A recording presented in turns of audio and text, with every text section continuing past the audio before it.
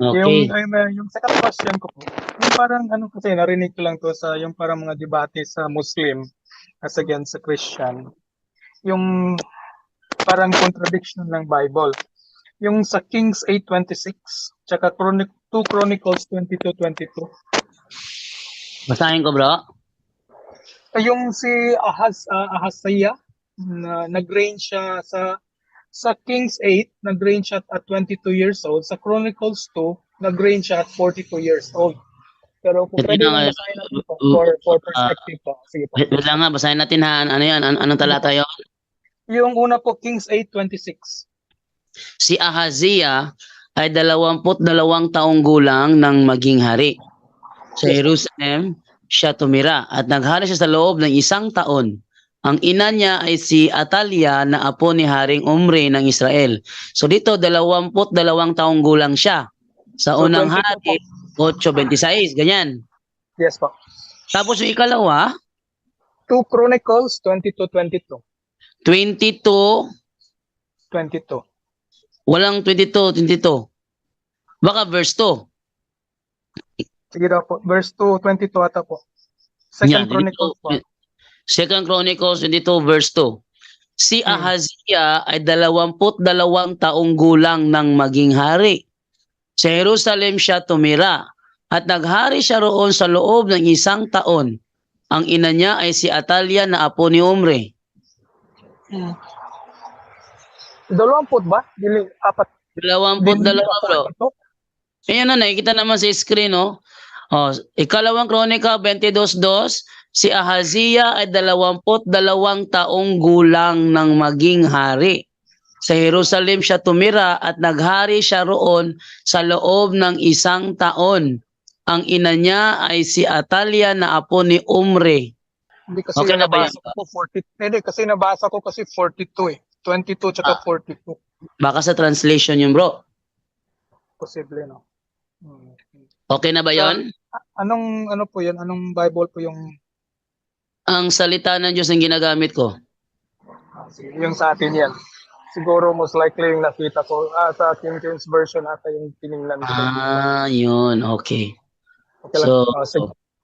So most likely ano yun, typo yun. Okay, thank you. Thank you, bro.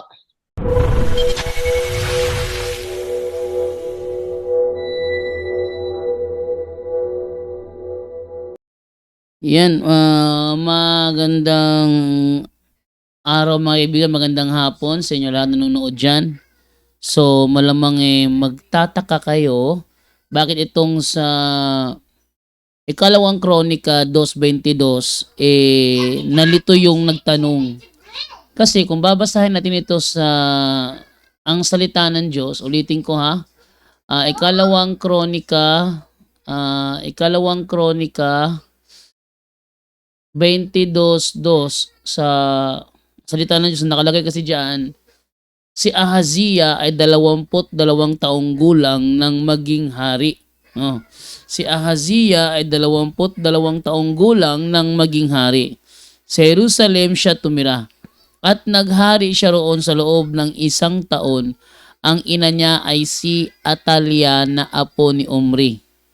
So, yung nagtanong, nagtaka, kasi nang binasa ko ito, nakalagay 22. Samantalang sa ibang salin, ang mababasa diyan 42 taon. Ayun. Di sabi lang ngayon na ano ba talaga totoo? 22 o 42? Ayan, no? So, ating bigyang linaw 'yan. Ang tawag diyan is scribal error, ha? Para malaman ninyo, ang tawag diyan sa ganyang uri ng scribal error 'yan, no? Kung ating ipapaliwanag, mas tama ang 22 years old. Alam niyo kung bakit? Dahil yung kanyang ama namatay sa edad na 40. Kung ating ipapalitaw na 42 taon na si Ahazias na magsimula siyang maghari, lilitaw na mas matanda pa siya sa kanyang tatay. Mas matanda pa siya. Basahin natin ito sa 21:20 ng kalawang kronika. Ang sabi dito, si Jehoram ay 32 taon nang magsimulang maghari. 32 taon nang magsimulang maghari. Oh. Tapos, 8 taon siya namahala. Ah. 32 years old siya nang maging hari at 8 years old siyang namahala. So kung itototal mo lahat yon 40 years old, no? Walang isa mang nalungkot.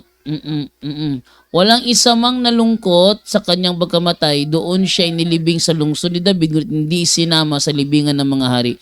Sa madaling salita, 40 years old, kay 32 years old man siya naging hari.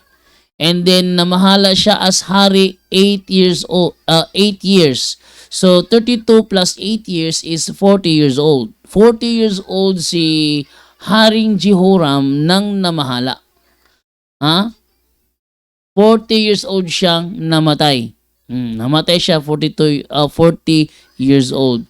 Ngayon, nung namatay siya, ang kanyang successor si Ahazias. Ayan. Kung si Ahazias ang kanyang successor, imposible naman na mas matanda pa si Ahazias sa kanya. Sa madaling salita, ang tawag dyan is scribal error. O yan ha, para sa maintindihan ninyo ha, ang tawag dyan is scribal error. Sa panahon ng pagkopya ng Biblia kasi noon, mano-mano itong isinusulat. Posibleng nagkamali ang taga-kopya sa numero. Sa Hebrew kasi, ang 22 at 42 ay magkahawig ang pagkakasulat. Kaya posible na dagdagan ng isang digit o maling basa. Ibig sabihin, ang original na teksto ay malamang 22 pero naging 42 dahil sa pagkakamali sa pagkopya. Ayan. Ang tandaan ninyo ha, may mga sinaunang manuskrito na sumusuporta sa 22. Ang ibang ancient sources tulad ng Greek translations ay nagpapakita na rin ng 22 years old talaga ang tamang bilang. So, wala siyang contradiction, walang contradiction, meron lang pagkamali sa pagkopya sa teksto. Tandaan natin na matay si Haring Jehoram 40 years old. Successor niya si Ahazias. Kung successor niya, edi automatic hari yun. And automatic hari yun, imposible lamang mas matanda pa yung anak sa tatay niya. Yan ha, para maintindihan ninyo ha. So, it's 22 years old. Kaya tama yung sinasabi sa salita ng Diyos, 22 years old. Ikalawang Kronika, 22:2, it's 22 years old.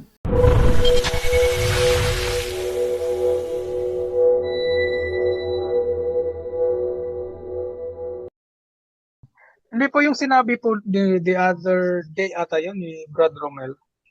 Ang about sa yung isang isang Catholic na naging Iglesia tapos bumalik na Catholic. Hindi pala. Catholic tapos naging Mormons tapos bumalik siyang Catholic.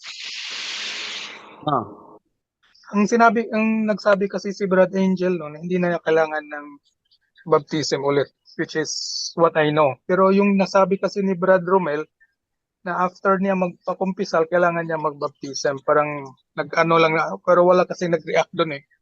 Ano, teka. Ano na? Pinanganak siya Katoliko? Yes po. Yung sa nag-testimony dyan po, nagtanong. Pinanganak siyang Katoliko, tapos naging, Mormons. Mormons, tapos? Tapos bumalik siyang Catholic. Katolik. Kumpisa lang bro. Yan. Yan lang. Kumpisa lang yun, no? Kailangan Ang dadaan sa bautismo, yung born sa ibang sekta. Okay. Klaro na po. Kasi nasabi lang kasi, na-mention lang kasi ni Brad Romel, na after niyang magkumpisal, kailangan din niya magpabaptismo. Yung yun, siguro yung asawa niya, born again ang asawa niya eh. Baptist. Bro, hindi. May binanggit siya na parang profession of faith lang uli. Hindi siya magpabautismo. Profession of faith. Yun. Yun lang ang sinabi niya, bro. Pero yung bautismo hindi na. Okay. Hindi, kinaro ko lang kasi. Yung sinabi mo kasi, Brad Angel, nauna ka kasi nagsagot nun. Tapos sinabing hindi na kailangan yung baptismo. So long as yung baptism is from name of the Father, and the Son, and the Holy Spirit. So wala na. Isang siya lang yan. At lumipat pa siya ng ibang religion, tapos bumalik siya. Hindi na kailangan yung baptism talaga. Bali, ang proseso kasi yan yata, ang pagkakalam ni Bro Romel, after ng kumpisal or before the kumpisal, yung mga bumabalik, no, pumunta sa ibang sekta. So, mag-profession of faith uli, o isa yun sa proseso yata ang pagkakalam ni Bro Romel dyan. Tapos mag-kumpisal. Okay. Tapos yun lang, tapos yung pwede na mag-communion. Okay. Okay po. Thank you. Okay, salamat sa Diyos po. Okay. Okay na po ako. Thank you po sa lahat. God bless po.